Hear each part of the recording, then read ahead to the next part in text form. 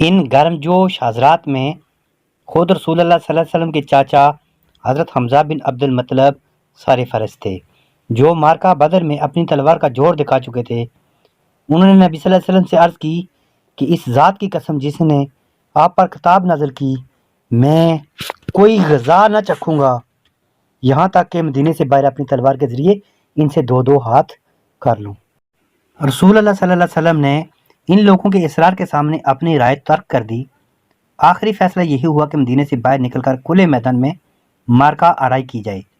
اسلامی لشکر کی تربیت اور میدان جنگ کے لیے روانگی۔ اس کے بعد نبی صلی اللہ علیہ وسلم نے جمعہ کی نماز پڑھائی تو واعظ و نصیحت کی، جد و جہد کی ترغیب دی اور بتلایا کہ صبر اور ثابت قدمی سے ہی غلبہ حاصل ہو سکتا ہے۔ ساتھ ہی حکم دیا کہ دشمن سے مقابلے کے لیے تیار ہو جائیں۔ یہ سن کر لوگوں میں خوشی کی لہر دوڑ گئی۔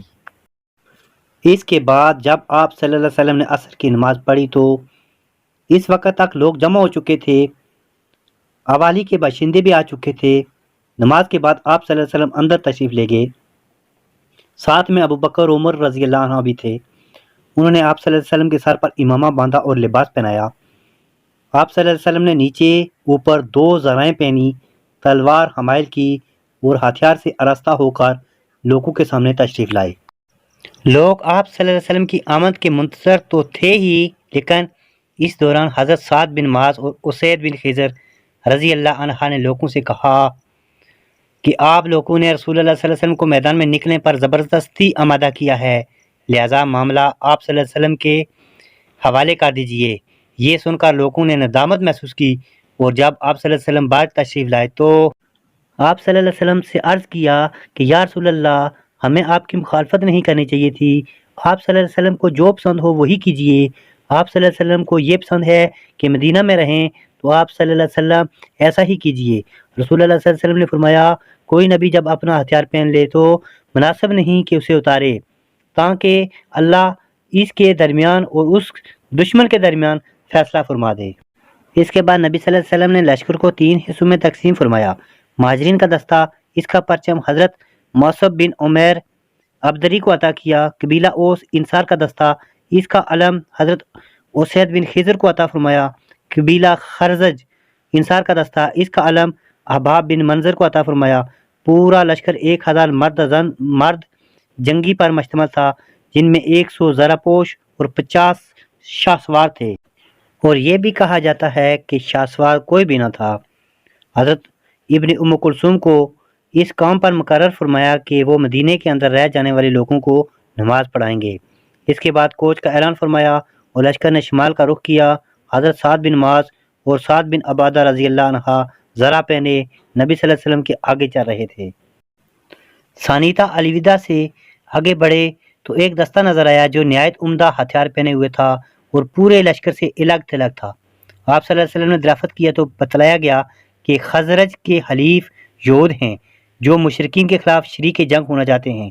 آپ نے درافت فرمایا کہ کیا یہ مسلمان ہو چکے ہیں؟ لوگوں نے کہا نہیں۔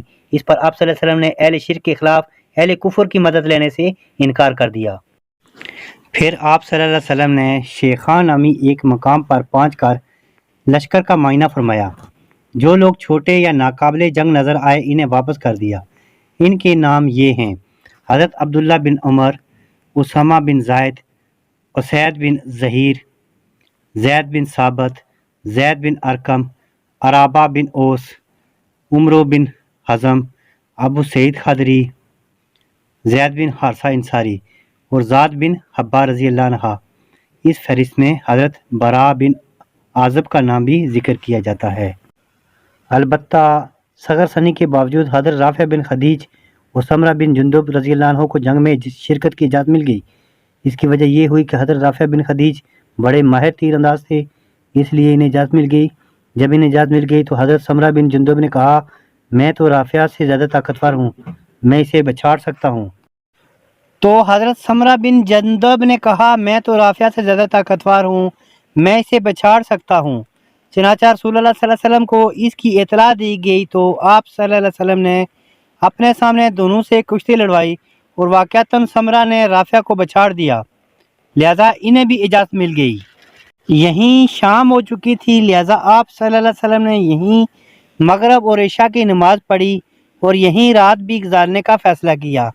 پہرے کے لیے 50 صحابہ رضی اللہ عنہ منتخب فرمائے جو کیمپ کے گرد و پیش گشت لگاتے رہتے تھے۔ ان کے قائد محمد بن مسلمہ انصاری تھے۔ یہ وہی بزرگ ہیں جنہوں نے کعب بن اشرف کو ٹھکانے لگانے والی جماعت کی قیادت فرمائی تھی۔ ذاکوان بن عبداللہ بن قیس خاص نبی صلی اللہ علیہ وسلم کے پاس پہرا دے رہے تھے۔ طلوع فجر سے کچھ پہلے آپ پھر چل پڑے اور مقام شہود پہنچ کر فجر کی نماز پڑھی۔ اب آپ صلی اللہ علیہ وسلم دشمن کے بالکل قریب تھے اور دونوں ایک دوسرے کو دیکھ رہے تھے۔ یہیں پہنچ کر عبداللہ بن ابی منافق نے بغاوت کر دی اور کوئی ایک تائی لشکر یعنی 300 افراد کو لے کر یہ کہتا ہوا واپس چلا کہ ہم نہیں سمجھتے کیوں خواہ اپنی جان دیں۔ اس نے اس بات پر بھی احتجاج کا مظاہرہ کیا کہ رسول اللہ صلی اللہ علیہ وسلم نے اس کی بات نہیں مانی اور دوسروں کی بات مان لی۔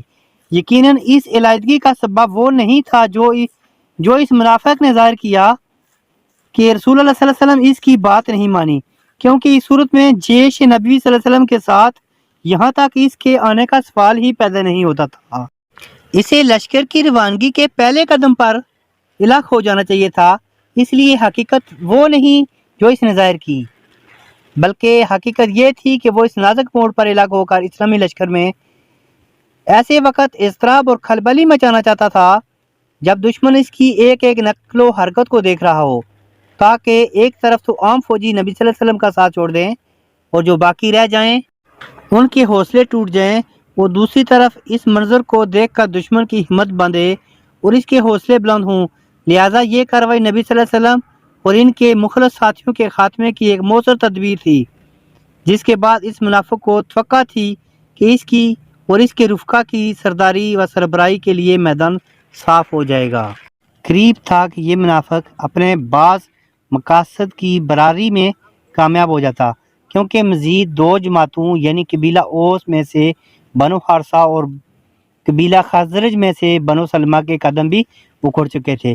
وہ واپسی کی سوچ رہے تھے، لیکن اللہ تعالیٰ نے ان کی دستگیری کی اور یہ دونوں جماعتیں اضطراب اور ارادہ واپسی کے بعد جم گئیں۔ ان کے متعلق اللہ تعالیٰ کا ارشاد ہے، اور تم میں سے 2 جماعتوں نے قصد کیا کہ بزدلی اختیار کریں، اور اللہ تعالیٰ ان کا ولی ہے، اور مومنوں کو اللہ ہی پر بھروسہ کرنا چاہیے۔ بہرحال منافقین نے واپسی کا فیصلہ کیا تو اس نازک ترین موقع پر حضرت جابر کے والد حضرت عبداللہ بن حرام نے انہیں ان کا فرض یاد دلانا چاہا۔ چنانچہ موصوف انہیں ڈانٹتے ہوئے واپسی کی ترغیب دیتے ہوئے یہ کہتے ہوئے کہ ان کے پیچھے پیچھے چلے آؤ، اللہ کی راہ میں لڑو یا دفاع کرو، مگر انہوں نے جواب دیا کہ اگر ہم جانتے کہ آپ لوگ لڑائی کریں گے تو ہم واپس نہ ہوتے۔ یہ جواب سن کر حضرت عبداللہ بن حرام یہ کہتے ہوئے واپس ہوئے کہ او اللہ کے دشمنوں، تم پر اللہ کی مار، یاد رکھو اللہ اپنے نبی صلی اللہ علیہ وسلم کو تم سے مستغنی کر دے گا۔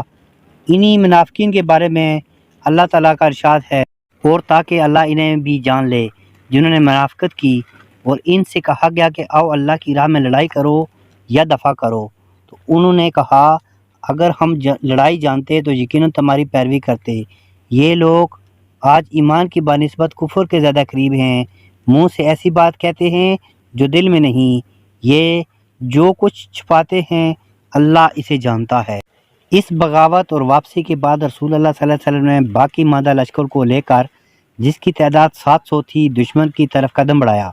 دشمن کا پڑاؤ آپ کے درمیان اور احد کے درمیان کئی سمت سے حائل تھا، اس لیے آپ صلی اللہ علیہ وسلم نے دریافت کیا کہ کوئی آدمی ہے جو ہمیں دشمن کے پاس سے گزارے بغیر کسی قریبی راستے لے چلے؟ اس کے جواب میں ابو خیثمہ نے عرض کیا، یا رسول اللہ صلی اللہ علیہ وسلم، میں اس خدمت کے لیے حاضر ہوں۔ پھر انہوں نے ایک مختصر سا راستہ اختیار کیا جو مشرکین کے لشکر کو مغرب کی سمت چھوڑتا ہوا بنی حارثہ کے ہرا اور کھیتوں سے گزرتا تھا۔ اس راستے سے جاتے ہوئے لشکر کا گزر مربع بن کیزی کے باغ سے ہوا۔ یہ شخص منافق بھی تھا اور نابینا بھی۔ اس نے لشکر کی آمد محسوس کی تو مسلمانوں کے چہروں پر دھول پھینکنے لگا اور کہنے لگا، اگر آپ صلی اللہ علیہ وسلم اللہ کے رسول ہیں تو یاد رکھیں کہ آپ صلی اللہ علیہ وسلم کو میرے باغ میں آنے کی اجازت نہیں۔ لوگ اسے قتل کرنے کو لپکے، لیکن آپ صلی اللہ علیہ وسلم نے فرمایا اسے قتل نہ کرو، یہ دل اور آنکھ دونوں کا اندھا ہے۔